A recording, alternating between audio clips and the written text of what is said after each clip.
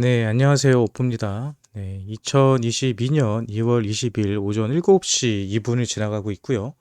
비트코인이 새벽에 갑자기 급락하는 모습을 보여주고 있습니다. 네, 급락하는 이유는요. 현재 러시아 푸틴 대통령이 어제 새벽에 있었던 국가안보회의 긴급회의에서 우크라이나에 있는 반군이죠. 그 도네츠크 인민공화국과 루간스키 인민공화국 두 반군들의 쉽게 말해서 독립을 승인하는 서명을 했다는 내용이 나왔고요. 그리고 실제로 이 지역으로 돈바스 지역으로 병력들을 옮기고 있다라는 기사가 지금 막 올라오고 있기 때문에 그 영향으로 인해서 비트코인이 많이 떨어지는 모습을 볼 수 있습니다. 네, 그래서 오늘은요, 이 부분에 관해서 여러분들에게 간단하게 왜 현재 이런 상황이 일어나고 있는지 대해서 설명을 드리려고 합니다. 네, 아시는 것처럼 우크라이나 그리고 러시아는요, 원래 하나의 나라였습니다. 아시는 것처럼 우크라이나가 여기까지거든요. 이거 다 하나의 나라였어요. 현재 우크라이나는 이렇게 땅을 유지하고 있고요. 보시는 것처럼 옆에는 루마니아나 폴란드보다도 훨씬 더 큰 땅을 가지고 있습니다. 아마 유럽에서도 러시아 다음으로 가장 큰 땅을 가지고 있는 게 우크라이나입니다. 근데 우크라이나를 보면요, 가운데 이렇게 강이 흐르거든요. 우리 드네프르 강인데, 이 드네프르 강을 기준을 해가지고요, 돈바스 지역 그리고 우크라이나 지역이 있습니다. 근데 돈바스 지역 같은 경우는 분리주의자들의 통치구역이에요. 이 분리주의자들이 바로 인민공화국과 루간스크 인민공화국인데요. 자, 이제 지금 이 돈바스 분리주의자들과 우크라이나 간에 내전이 있던 겁니다. 내전. 최근에 계속 폭탄을 쐈다 누가 죽었다는 것도 있잖아요. 이 안에서 내전이 일어나고 있는 거예요. 그럼 내전이 왜 일어나고 있는지에 대해서 우리는 좀 이해를 할 필요성이 있습니다. 예전에는 다 소련 땅이죠. 소련 땅. 소련이 붕괴되기 전에 소련 땅이었는데 소련이 붕괴되면서 우크라이나가 따로 이렇게 독립이 된 거죠. 근데 그렇게 되다 보니까 이 돈바스 지역을 보시는 것처럼 이 러시아랑 붙어 있죠. 러시아랑 붙어 있다 보니까 여기에 살고 있는 사람들은요, 대부분 러시아 사람들이에요. 그리고 러시아 친러 관점을 가지고 있겠죠. 근데 우크라이나는 반대로 쪽, 유럽 쪽이랑 붙어 있죠. 그래서 아무래도 이쪽 서유럽 쪽에 대한 영향을 많이 받고 있습니다. 그리고 우크라이나는 현재 친미 정부가 들어가 있는 상황이고요. 그러니까 아무래도 친미 정부를 가진 것과 친러 성향을 가지고 있는 사람들끼리 서로 부딪힐 수밖에 없는 겁니다. 근데 이게 본격적으로 부딪히게 된 이유가 있습니다. 예전에 이 크림 반도, 밑에 보면 크림 반도라고 있거든요. 이 크림 반도라는 것은 보시면 러시아에서 해상으로 진출하기 위한 가장 중요한 거점지대예요.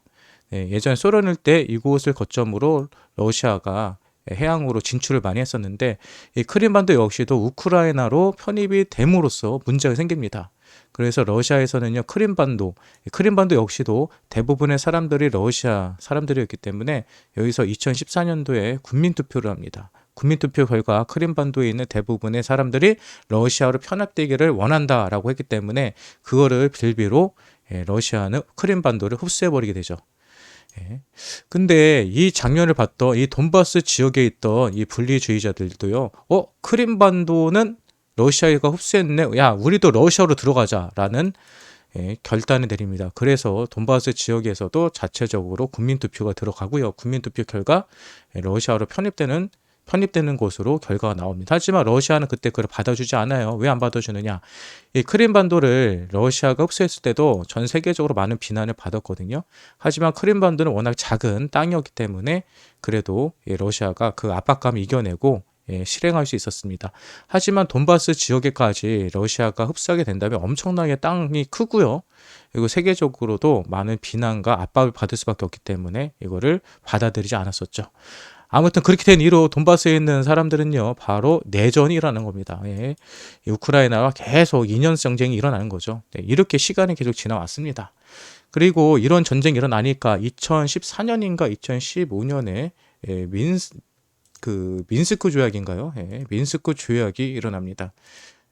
근데 그 조약은 내용을 어떻게 보면요, 일단은 당장 평화협정을 맺는다. 더 이상 휴전한다라는 게 들어가고요. 또 돈바스 지역의 자치 분리를 인정한다라는 조약이 들어갑니다. 근데 그 이후에도요, 우크라이나는 돈바스 지역의 자치지구를 인정하지 않습니다. 그래서 지금까지 싸움이 나는 거고요.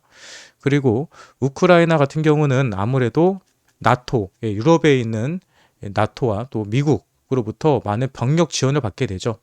그리고 러시아 입장에서는 우크라이나에서 병력 지원을 받고 있으니까 돈바스 지역에 어떻게 해요? 군사훈련이라든지 아니면은 군 병력을 계속 지원해 줍니다. 그래서 계속해서 멀티 싸움이 일어나고 있었던 거예요. 거기 지금까지 이게 계속 확장이 되고 있는 겁니다. 네, 그 지금에 와가지고 이 문제를 해결하려고 하는 건데요. 그동안 러시아가 돈바스 지역에 관해서 독립을 인정하지 않았거든요. 근데 푸틴이 이번에 그걸 인정해버린 겁니다. 이걸 인정해버리면요. 돈바스 같은 경우는, 돈바스 지역 같은 게 예전에 크림반도가 러시아로 흡수된 것처럼 그냥 흡수가 돼버리는 상황이 됩니다. 그러다 보니까 지금 미국이나 유럽, 또 유엔에서는 난리가 났습니다. 지금 그런 상황들이 뉴스를 통해서 계속 나오고 있거든요. 그래서 일시적으로 현재 비트코인의 가격이 많이 하락하고 있는 모습을 볼 수 있어요. 이게 어디까지 하락할지 모르겠습니다. 어디까지 하락할지 모르겠지만 비트코인이 뭐 세계 이런 정치적인 이슈로부터 자유롭지는 않습니다. 하지만 주식보다는 자유롭거든요.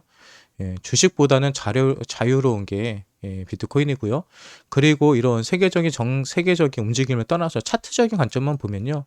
어저께도 제가 방송에서 말했던 것처럼 4,530만 원이 바닥 자리일 거다. 이 자리에 찍어야지 반등이 나온다라고 말씀을 드렸습니다. 네, 현재로서는 4,530만 원을 정확하게 터치를 했고요. 그 이후에 약간의 반등이 나오고 있거든요. 뭐 러시아와 우크라이나 문제 어떻게 해결될지 모르겠습니다. 그거는 잘 몰라요.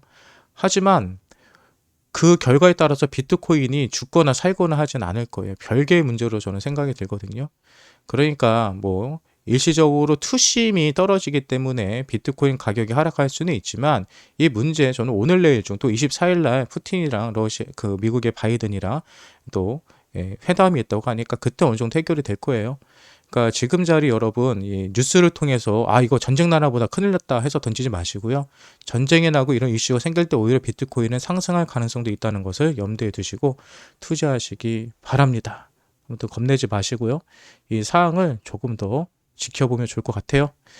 네, 뭐 우크라이나와 러시아 문제 지금 너무 오래 끌었어요. 지금 이게 우리가 여러분들이 비트코인 하면서 관심을 가진 거는 뭐 1, 2주 정도밖에 되지 않았겠지만은 이건 2014년부터 지금까지 6년, 7년 동안 연결돼서 오는 이 사회적인 문제거든요. 그리고 단기간 해결된 문제도 아니고요. 이 문제 때문에 죽고 살지는 않을 겁니다. 그리고 재밌는 거 현재 이 전쟁이 벌어지고 또 미국이나 유럽에서 또 유엔에서 러시아에 대해서 경제 압박이 들어간다 한다면 결국은 가장 문제가 되는 거는 에너지입니다. 에너지 가격이 폭등을 할 거예요. 에너지 가격이 폭등을 하고 현재 안 그래도 인플레이션이 높은데 우리 서민들의 삶은 상당히 힘들어질 겁니다. 근데 어떻게 보면 이렇게 경제적으로 힘들어질 때 그리고 물가가 올라갈 때 안전자산인 금 또 비트코인으로 그 자금들이 몰릴 수 있으니까요. 긍정적인 요소로도 분석이 가능합니다. 네, 아무튼 오늘 2022년 2월 22일 오전 7시 하루를 이제 막 시작하실 텐데요. 네, 너무 겁먹지 마시고요.